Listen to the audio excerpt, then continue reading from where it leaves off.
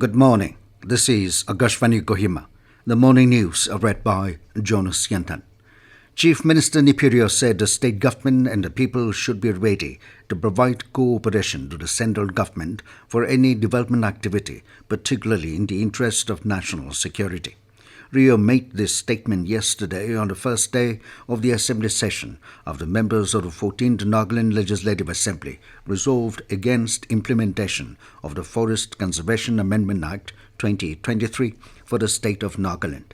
Rio, who is also the leader of the House, however, viewed that as practice for transfer of government-owned forest and in the event of community or private-owned forest being required for such purposes, the state should be suitably compensated for the loss of forest cover, damage to environment and security, in addition to compensation of land. Acknowledging concerns raised by MLA members and the people at large, Rio said, "It is appropriate that the Assembly pass a resolution to exempt Nagaland from the purview of the Forest Conservation Amendment Act." He also proposed making an appropriate legislation to get the benefit of compensatory afforestation fund management and planning authority, CAMPA. He said that the state has failed to avail funds under CAMPA owing to the non-applicability of the Forest Act in the state. Rio said forest area covered under the disputed belt are as many as 9, totaling to 156,711.53 hectares. In this, Chief Minister Rio maintained that the state is losing the best land belonging to the Nagas and impressed on the need to immediately redraw the map of Nagaland, identifying all Naga villages in its name. Rio said a proper demarcation of the boundaries can also help the state in any court case on border disputes. Members of the 14th Nagaland Legislative Assembly yesterday united in their call for exempting the state from the Forest Conservation Amendment Act 2023.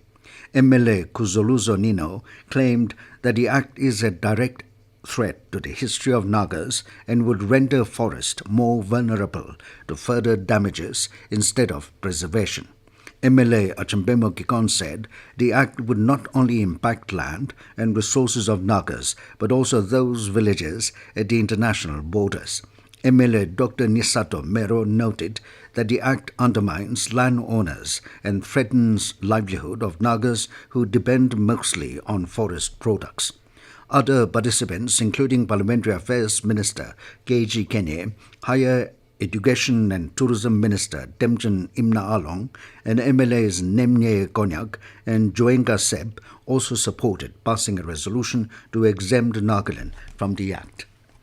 Longleng Deputy Commissioner Dharm has emphasized on the need for collective responsibility and collaborative efforts to tackle the drug menace. Acknowledging the high rate of drug abuse in the district and across Nagaland, the DC said the administrative team was committed to support creative measures in order to combat the drug threat in the region. He was speaking during the dedication program for the Serenity Home Rehabilitation and Detox Center by the Palm Baptist Christian Association on Friday. Raj also noted that the importance of providing recreational facilities to prevent stress-related issues among the youth. SP Longleng Younger Jamir called for collective action and trust building among the community, police, NGOs and civil society groups to effectively combat drug-related issues and stressed on the significance of focusing on the sources of drug supply. Nagaland Pradesh Congress Committee (NPCC) President Subung Meren Jamir has said that the party intends to field a candidate in the upcoming Lok Sabha elections.